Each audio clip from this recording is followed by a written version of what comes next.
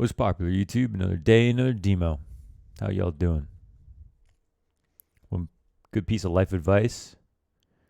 If you ever have to do anything productive, anything efficiently, anything important, take this word of advice. Do not eat a steak first. Nothing will make your body slow down more and be more tired, dull your brain out than eating a goddamn steak. Nothing will make you happier than eating a steak, but nothing will make you more lethargic than eating a steak. And that's what I just did. Another piece of life advice.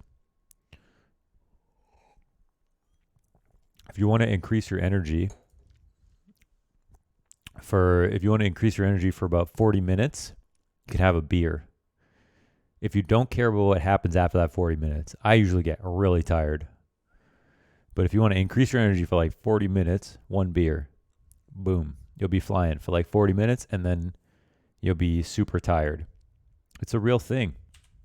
It's not bro science, I promise. Look it up. Okay. This was the second of the 2 maps in a series of 4 maps that Cloud9 lost at Flashpoint to get eliminated. In this series was where we saw Lexi B just really farm him on both maps. Like, I mean, I think Mirage is like Alexi B's like specialty map. I'd say this is definitely his best map. He's kind of like a little art on this map. So let's go ahead and look at, we'll have Prius cast it, or we'll have Prius observe it. Wait, we can't get into the demo yet. I did it. I'm a friggin' sheep. I bought an iPhone. I'm still getting used to it. Unfortunately, I am going to report that I am happy. I understand if you buy an iPhone, you're on one side of the fence. If you don't buy an iPhone, you're on the other side of the fence. And usually people who don't buy iPhones are going to be they have a lot of good points. There's a lot of really strong points for why you shouldn't use an iPhone. And I switched from my OnePlus because it was just bugging out a little bit. And I told you how I use Twitter pretty much exclusively, like over Instagram, any other apps. And Twitter added Twitter Fleets, which is pretty much just Instagram stories, which is pretty much just Snapchat stories. Poor Snapchat. They got screwed in these past couple of years. You'd think that kind of thing would be able to be protected, right? You make a thing for your app, like a feature like that, and then everyone can just steal it. It's like, what's the point of starting your company? You might as well have just sold stories to Instagram or sold it to Twitter. But I mean, maybe they wouldn't know how good it is unless you actually baked it into an app. So anyways, Snapchat got ruined. Now Twitter has stories, and most people on Twitter don't want to see this at all. But actually, for me, I do want stories because I don't use Instagram. Like everyone I talk to and whatever, it's on Twitter. So for apps, iPhone's apps. I talked about this before. What I learned from MKBHD is that apps are better optimized for iOS because there's less iPhone versions to optimize for. And so using the camera on my OnePlus in a like Instagram story or a Twitter story, it was usually like really shit quality for some reason. Now, if I opened up the camera app itself, it'd be okay. Still not quite as good as an iPhone, I'd say. I think the iPhone camera is definitely very good, and the iPhone video camera is definitely the best. Then for making things like videos and whatever, the iPhone's better. It's a 60 hertz piece of shit, and I'm really mad about it. But I do love this is what got me, was the last good iPhone for me. Last iPhone I owned was the 7. Last good iPhone, in my opinion, was the 4S, maybe the 5. And it was this flat design. Fuck, I love this. I'm not going to get a case. I'm a big fan of iPhones without cases. And it's nice. I like the keyboard better on iPhones. Some of the apps run better on iPhones. I don't prefer the OS, but it's a good phone. I just wish it was 90 hertz. I wish it was 90 hertz. I wish it was Oxygen OS. And I wish everything was like perfectly optimized. But for now, no perfect phone. I got the last iPhone. Everybody buys an iPhone here. I got the last iPhone in Copenhagen. Okay, I went to every single store. They're called El Giganten, I think it's pronounced, where you don't pronounce G's. Someone who's Danish might be able to correct me, but I was calling it El Gigante for a long time. And I went to the two Elegantens, and I went to a bunch of Humacs, which are like Apple resellers. Resellers? Matey. And then I asked them if they had any in stock. And like no one had any in stock. No one had a Pro in stock. And they only had one had like a 64 gigabyte regular iPhone 12. And I almost bought it. But then my boss, Nicholas, found that they did have stock at one of the Igantens. Why would you pronounce the second G? I don't know how that works. Iganten. I think that's how you pronounce it. So he didn't call the store. I took the apartment, gave us a bicycle. So I keep the key and I could just go get the bike and ride around. So I went downtown to the first Iganten. They said, we don't have any. And then I went around to all the Humacs, biked around all downtown. And then asked them if they have anything. They said no. And then I went to another Iganten that was actually closer to me, but it's a smaller one. So I didn't try it at first. And then when I got there, Nicholas was like, I think they might have one in stock at the other Iganten. And I said, what? I just biked all the way across the city. I'm being dramatic. It's like a 10-minute bike.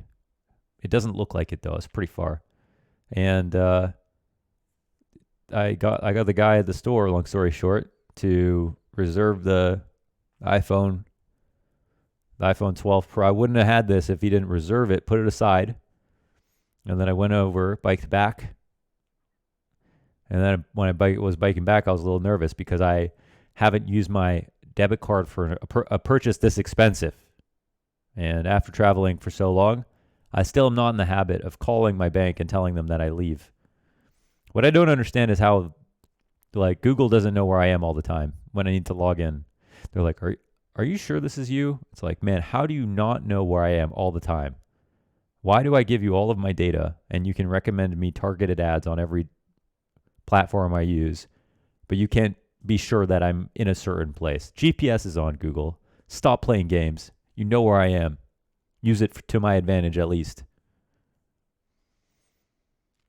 And I went there, went back.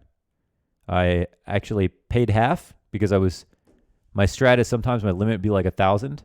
So then I'll pay half and then I'll pay another half. I do separate. But sometimes if you do too much at once, your account will get locked. It'll get flagged and it'll be like, no. You must call. And then I tried to do half. I thought it was being 5 head, but I was really being 3 head. I did half and it worked. And then I did another half and it didn't work. And then I tried my other bank and it didn't work. And then I tried my credit card and it didn't work. So now there's like 3 desks. I'm taking one up. And I said, yo, I got to call my bank. And he can't like cancel a transaction without like refunding, going through all the hassle. So I had to call my bank. And when I call my bank, first of all, because I'm calling from Denmark for some reason, I call a regular number, like a 1-800 number from my, North American phone number. And it has like this beautiful music playing. And it says something in Danish. And it goes, Jagen Flagenhugen. And then it goes, this number does not exist. And I'm like, what the hell? First of all, why are the Danish Secret Service intercepting my call to tell me that a number doesn't exist in another country? I'm calling from a North American number. I'm trying to reach a North American bank in North America, and you're telling me this number doesn't exist? So I found another local number from my city, And then I called that. But at this point, I'm like, I'm like trying not to make eye contact with the guy at the cash because it's getting very awkward. He's sitting there like pretending to do things on his computer, right? And I'm standing like close by, but I'm like waiting, going through menus, waiting, calling the wrong person. And then I get through. They raise my limit, and it's all good. I pay for it. And so I went through a lot to get this piece of shit, and I kind of like it. So that's where I'm at. iPhone 12.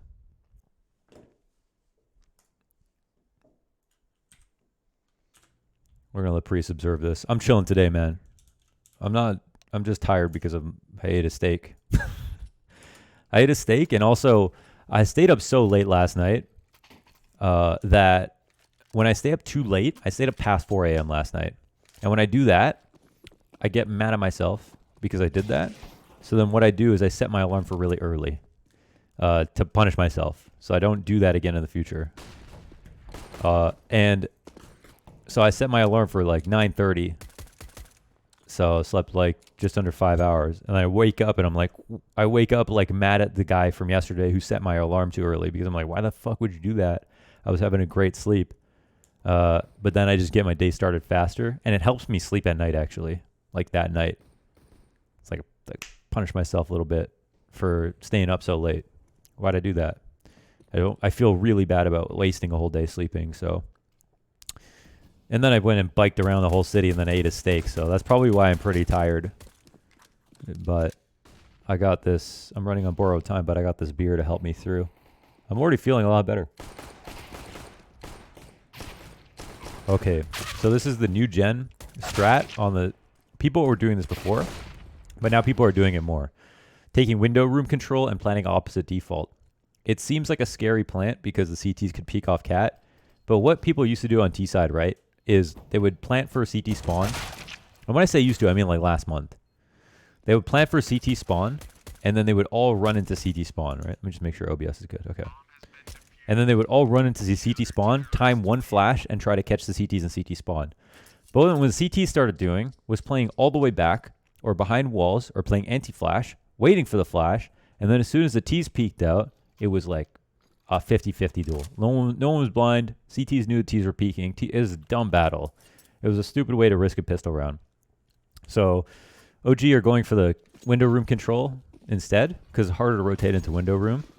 And one of the scarier parts is the cat player because he can, hit your guy planting on opposite default. But you can smoke top connector, right, where S tag is, just at the top of connector. And then go for your A attack, and then take window room control that way. And then you're fine to plant opposite default. All you have to do is kill the guy who's at stairs, who there's not normally one. And kill anybody who's in jungle, where there probably will be one. And it's always good on T side, I think, not to just smoke out all of your opponents. Try to get the kills. Try to get a kill or two. Take two fights before you get the bomb down. Because I think in the 3v3 on most maps, you're in a pretty strong spot, especially on the pistol. All right, so a lot of floating. I'm taking a look here at Cloud9 spots a little bit. So Wox and Floppy are playing A. I don't know if that'll change. We'll see. It's a very heavy presence towards mid and jungle. These are two very scary areas to be if you're Cloud9, I'd say.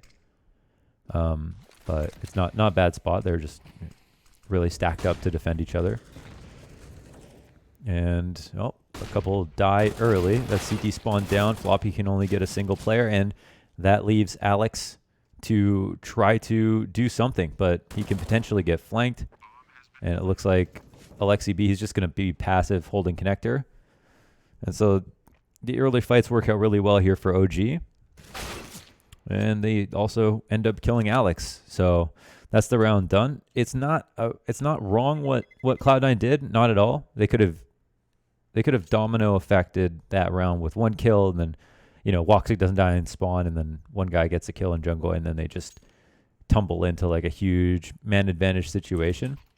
I'm just going to turn the volume up a little bit. Feels like it's very low for some reason. But yeah, it's a little bit risky sometimes to play in jungle and to play in window. But again, I don't think it was a bad setup. It could have worked. It could have worked. Okay, so what do they do now? So what other spots do we have here? We have Mezzi over in the B halls, and we have Alex playing with him in B. So I don't know if Mezzi's anchoring. And Floppy's under Balcon A. So that's a more important position. So I think we're seeing Mezzi anchor small sites sometimes. And I think Mezzi anchors Pit on Inferno. On A, yeah. And then it looks like he'll be B anchor on this map. Which, you know, I think once upon a time, B on Mirage, the joke was that you never see anybody for 14 rounds, and then around 15 they rush you and you die. But these days, I think teams are going B a lot more. I think teams are going B, sometimes even more than A.5. So I would pay attention to that too. That's changing a little bit. I think this idea that the post plant's a lot easier over on the B site. Okay. So Woxa will have to move off of this, and he'll spot one. That's a CT side smoke. Alex dies behind him, and probably T's have too much control now. Woxa, great shot with the P250. He's doing a good job staying alive, actually. Oh my god, he's found an opening. Oh, no way he gets that. No way. Nice observing, Prius. Smart moves. All right. They got the cheerleader stack on triple. Very strong, especially with this stair smoke. It helps them, but there's no one at A ramp, so unlucky. Would have been cool.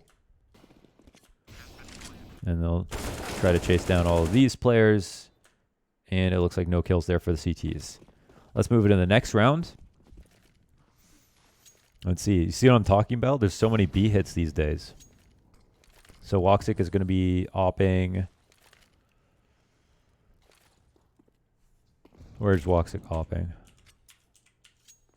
Okay, he's just opping in the window. There's no one there. Is he actually rotating over? He's rotating over towards A. CTs are a little bit low on information. They're just playing a standard stack. It's definitely a good time to go B if you're OG. Prius, take it away. See, there's nobody in window as well. This is a really big gap in the defense. I feel like before Woxic rotates over towards, like, I think it makes more sense in general for Woxic to rotate B than to rotate A if they don't have information. Because I think, first of all, B hits are likely. Secondly, B is less retakeable, so you protect two players in the site. Third, you can watch the back of window from market. Fourth, A is more retakeable. So there's just a litany of reasons really why I feel like you'd probably want to rotate towards B on no information than A. But I don't know what Woxic heard. Okay, a good kill. We've seen some very good kind of tapping, bursting, and wow, great mechanical skill, honestly, from Mezzi. He's shown that he's actually such a kind of an ideal rifler. He uses kind of all modes of shooting. He's not really a one style Andy. He's not just spraying on his kills. He's not just one tapping all the time. Really like the versatility with him as a rifler. Nothing but praise for Mezzi these days. Okay, so they'll spot fast mid. Esatag, he's going to be at flash, so he's not even going to hear them jumping into window, which is a bit scary for Cloud9. Actually, yeah, so that flash actually made such a big difference. And Alexi's, this is over, because this is first of all, okay, watch. Alexi will get one kill. He'll spot both. Oh, yeah, okay, I mean, that's all he needs, really. They should just be continuing on with him, though. That's the key part. Well, Mezzi gets in the site, and all right, well, that's interesting. I think what needed to happen is, for sure, is that when Alexi gets that far that fast, his teammates need to be ready to get on the site, because everyone started clearing out angles after Alexi got his one kill. And basically that turned Alexi's flank into a really just good entry into B with information. But they allowed the CTs to rotate in.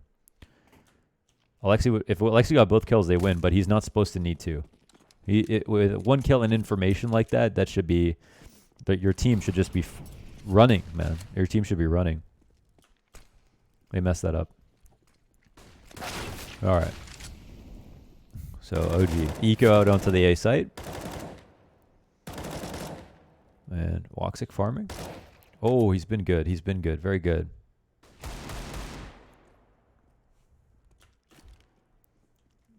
Okay, so we're gonna, simultaneously witness what Cloud9 did wrong to lose here.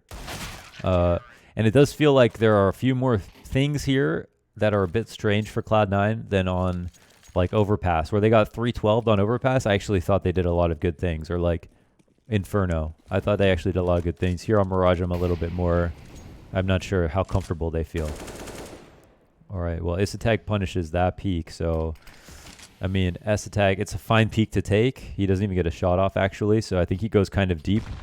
Maybe he was looking in between the second and third pillar as opposed to way back there. And Alex, oh, he's freaking dead, man. Oh, he's so dead. Wow. He doesn't even like, it doesn't even cross his mind that someone could be close. He just, and I say that because he doesn't run away. Which, yeah, is tough to know. So, all right. Well, that's 2 unanswered kills into a round win. Just need a bit more, basically, awareness from Cloud9 here on some of these rounds. Maybe they ate a steak before this game.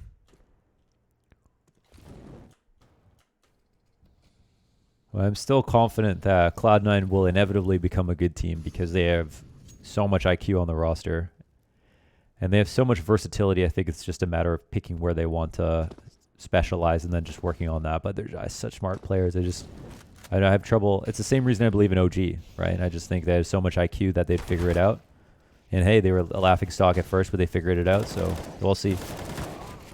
Okay, another couple of openings. Let's go back and watch this round one more time, actually, because I always like to mention how under Balk becomes a very volatile position when players come up connector. Yes, you can actually multi-frag from under Balk if you're super sick, but you shouldn't be there by choice versus, players that are peeking you from stairs and stuff. So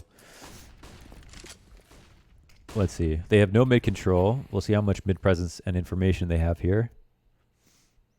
No, at this point, OG have got Cloud9 scared at both sites, which is strong for them.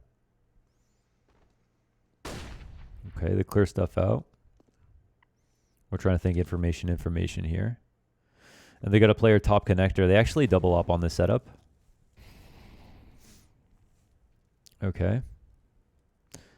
I feel like they're in very default positions with their guns, so it feels like they can kind of easily be moved out of their spots, which is a little bit concerning for how much they have to work with. Because they are not in a position to retake with 2 ops, right? You don't want your last person over from B to be an opper trying to help you out retaking A site. So no early pick here, and this I think is very scary here for Cloud9. Okay, jungle gets you see what I'm talking about here? They can literally just get sprayed down through the wall and just so much pressure, and now it's literally 2 ops. Oh god.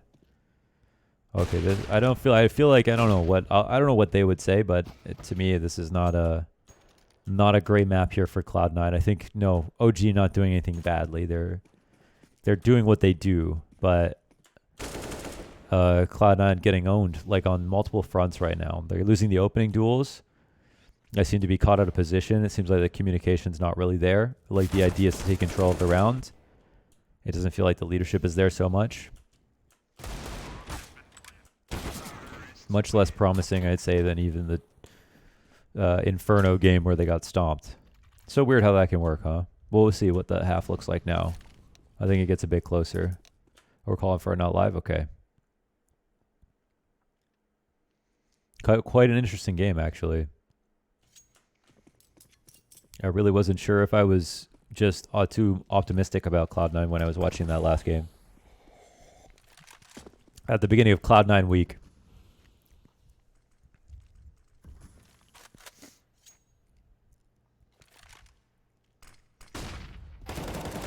Alright, well, some pretty fantastic work there. So that's that's their flash.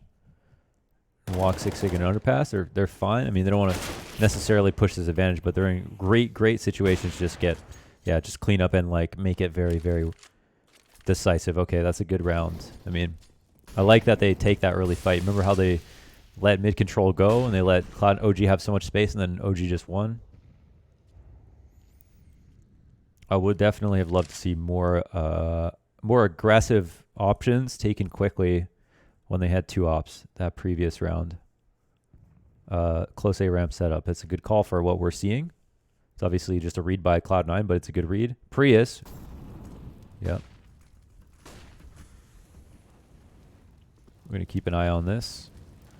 Molly comes down fast. There's 2 people coming. That's good. Nice pick. Cloud9 will win this round. They know what's coming too. I'm sure they're aware of a connector split on this one. I'm pretty positive they would be aware of this, right? Oh, maybe not at all. Holy crap. Okay. Nice multi by Floppy. It's actually 3 and everybody gets picked off. That's very good. It helps a lot that they get the opening kill, right? Because if this connector walkout comes, some guy comes up A ramp, like whole different game. So I think it's a big thing for Cloud9 right now. Remember how I said, I think like if Cloud9 get this to the mid round faster on a lot of these games, they get it down to 3v3, I think they'll win a lot of rounds because they got the IQ individually. Suddenly it's not so much about Alex and the team CS and all of the lack of chemistry. It's just about a coupling of players, right? 2 players coming together, working together, trying to make creative individual plays. I think that's where they would shine. That's my prediction. So I encourage them to take more aggressive openings. So it feels very uncomfortable to see them late into the round with no information and then just get like picked apart. OG are a very good Mirage team. You know, if there's a team that you could lose to on Mirage, these days it's probably OG. So to be fair, they make OG look like a good home map in that sense. Like it's not a map that it feels like it's easy to be consistent on because there's so many pugs played on this map. It's a very individualistic map. I mean, it's a very good map. There's like a lot of layers to it, but it's so fleshed out. There's, you know, everyone's done every strategy on Mirage for the most part, but OG make it look like a very kind of strong map for them specifically. All right, S-Tag waiting for a flash here, right? It's a weird time to push through. Oh boy, that could have been, wow, I thought he was supposed to die. So that actually went way better than I thought it would. And yeah, I mean, S-Tag got exactly what he wanted to. So I'm feeling like I was almost a demo play, like he maybe versus OG specifically, or just how people are coming up through that smoke. It was just beautiful, but it looked like he was waiting for a flash at first. Oh, he dies. Wow. Alexi goes up there a lot, actually.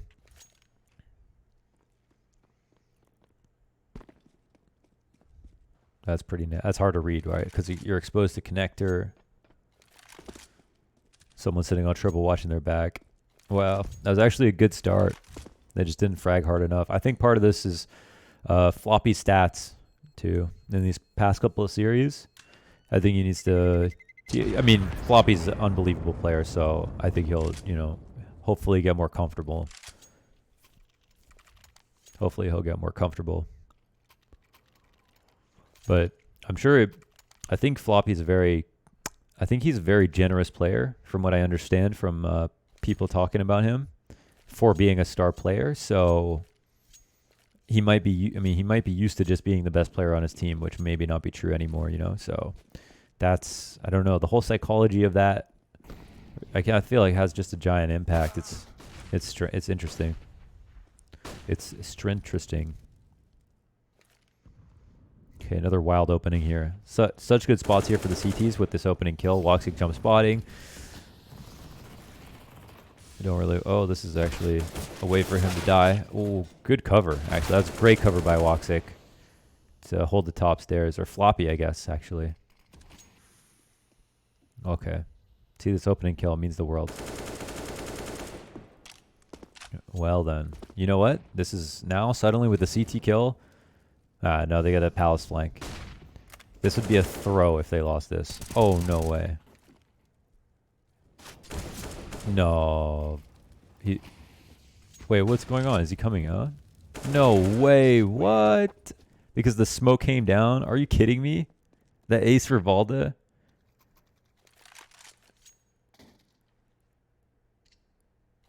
What the Okay, player dies in CT. That one tap into connector, which is a nice shot, but Alex grabs his one. He needed a teammate to stay alive, I guess. I don't know if he threw his own smoke on Palace. That made things a little bit weird. I don't know if he did, right? Because Valda didn't throw it. because like it felt like he was forced to flash himself out once his teammate died in connector, where I guess he would have been in a fine spot if his teammate had lived. That's a really weird situation. I don't like that at all. What do you guys think about that spot that we just saw?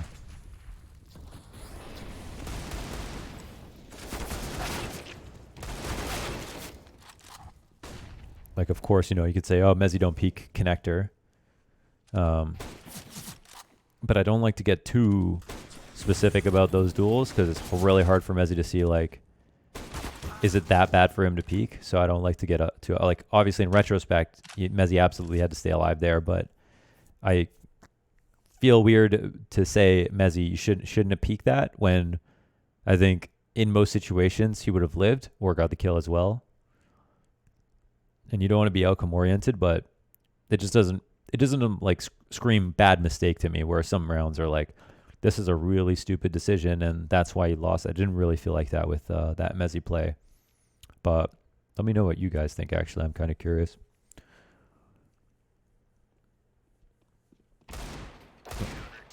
Okay, well, that's the close. That was an interesting game, actually. I want to watch for more of that. I want to see, do Cloud9 lose a lot in late round 5v5s? And how often do they go for aggressive openings? And how successful are they? And what maps do they look comfortable on? I think Mirage is a map you can always play. It might not be a map you guys like, but it's a map that's easy to learn and everyone has experience on it. Well, I guess Astralis don't really like it, but yeah, that's quite a curious one. Genuinely I feel like in the other games that we watched from Cloud9, the 3 other halves we watched, none of them looked that bad, I would say. Let me know what you think about that one too, actually. That point right there. All right, well, okay, this is a Cloud9 game, right?